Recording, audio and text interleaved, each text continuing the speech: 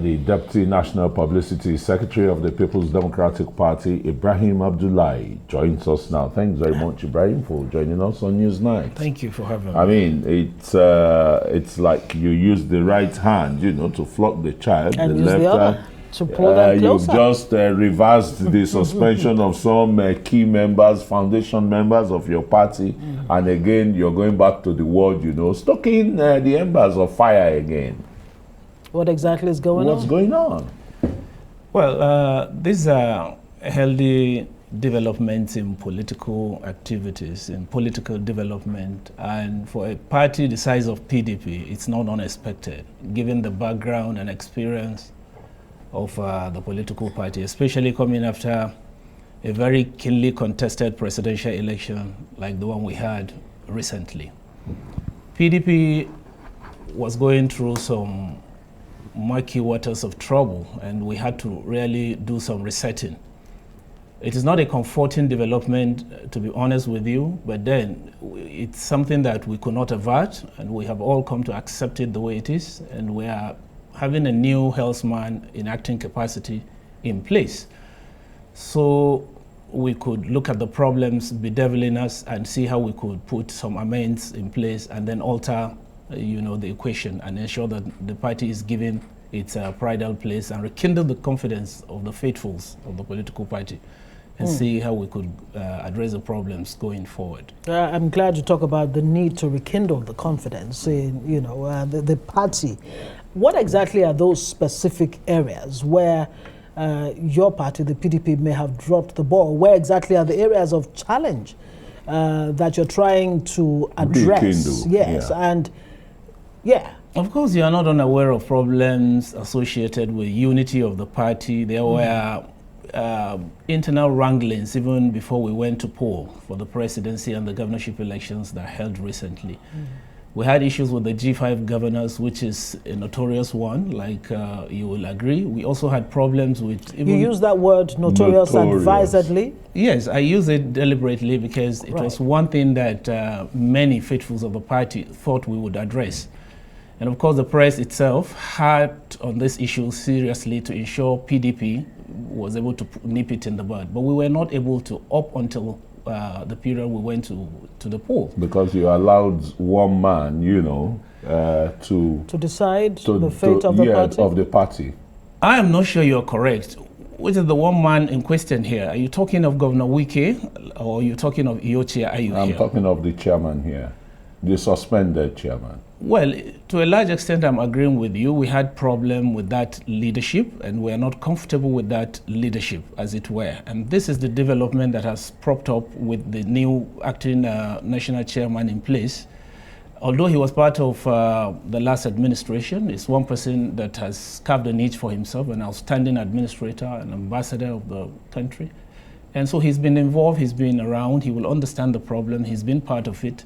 And we just hope that he will be able to address these problems. And given his, rich experience and pedigree, we are not expecting anything less than that. In the days ahead, you are going to see, and that is what exactly birthed this attempt to recall the suspended. But you're not recalling the strong man of Enugu politics who, despite the accusation that he was involved in anti-party activities, has been able to install a governor there for the PDP, Chimaroke Nnamani, a serving senator. Yeah, he is also going to be, a committee is looking at Chimaroke Nnamani's issues, and I'm assuring you that it's not going to be given a different treatment. He's going to be recalled, and he's going to be a member of the party yet again, because we believe in him. He's one person who has already performed as a governor, as a senator, and an outstanding faithful of the party. So he's one person that will have his own issues addressed as well. So what you're saying, in effect, is that the PDP right now, maybe having gone through the unfortunate experience of, before the elections and, of course, losing the elections, may have learned her lessons and is ready to go to whatever extent to ensure that the PDP does not come unglued. Is that what you're saying? Are you reaching out to the G5 governors, for example? Are you reaching out to some Wike, the leader of the G5. I mean, you just referred to them as a notorious G5. You know, one thing you cannot wish away is, first, it's a political party that has lasted longer than any in this present dispensation. And it's a political party that is not owned by an individual, and there's no individual as a member of this party, no matter how strong out there, that could determine the fate of the PDP. It's a party that would outlive every of its members. For the G5, certainly they are not even out. Nobody is reaching out to them. It's their property. They are the people that are either senators today or returnee governors, and they are going to determine the way we go forward. They are members of the party. They are not agreeable. They may just have little differences, like some of us even within the NWC and even across the 36 states of the Federation. Many of us had problems. It's a usual thing in political parties and even in family cycles. These things are inherent and they are inevitable. But when the neck of your party took the decisions to expel, to suspend and the rest, the NWC, why did you play the lame duck and not step in immediately? Why did you allow it to boil over? Well, it's a leadership issue. Even the one in question, I'm telling you, it's going to be addressed immediately. We are done with the elections that are before us now, and when NEC is called upon, it will review all of these things, and then we'll give the party its proper position. And look at the humongous money alleged to have been squandered by the party in few months by the arrowhead of the G5, Nyesom Wike, billions of naira. First was the largest given to members of NEC and NWC, you know, housing allowance for Allegedly. 1 year, for 2 years, and the rest. Yeah, I'm happy you have talked about allegedly. You've described it as something within the realm of speculation. Nobody has been able to come with substantial ground to buttress their argument. So you're saying no such thing happened? The former chairman, I think, South, came out to say that. Has he been able to give you a figure, and which I would like to respond to here? If you haven't that figure, then I don't think it's something worthy of our attention. So it's safe to say no such thing happened. Is that what you're saying? Not to my knowledge. Okay, so why was it difficult for the PDP before the elections to actually sacrifice one man to win the presidential election? Why was that a hard thing to do? And that's exactly what I meant when I said we thought that was possible too. A lot of us have spoken in-house and have gone outside to draw the attention of the party to appreciate that it would be very difficult for us going forward to win an election such as the one we came out of, with an individual posing as a threat to our ambition. And we became vindicated after it. We've done everything within our possibilities to see how that will be addressed. I know the issues ranged from his continuous remaining in that office as national chairman. He has a mandate for 4 years, and it's not something anybody will coerce him into doing. But we honestly also thought he would be kind enough to look into the problems, particularly because he was caught on camera, appreciating the fact that if a northern presidential candidate emerges, he will be willing to relinquish his position just for the benefit of the party to win election. Well, he modified that by saying that if the, the northern candidate of the PDP won the election, that's how he modified it. But let's move on very quickly to other issues. We're hearing now that the national secretary of your party, Sam Dadi, is planning to run for governorship of Imo State. And of course some are linking it with the withdrawal of Iyorchia. There's some kind of rancor in the Imo PDP. Yeah. What's going on there?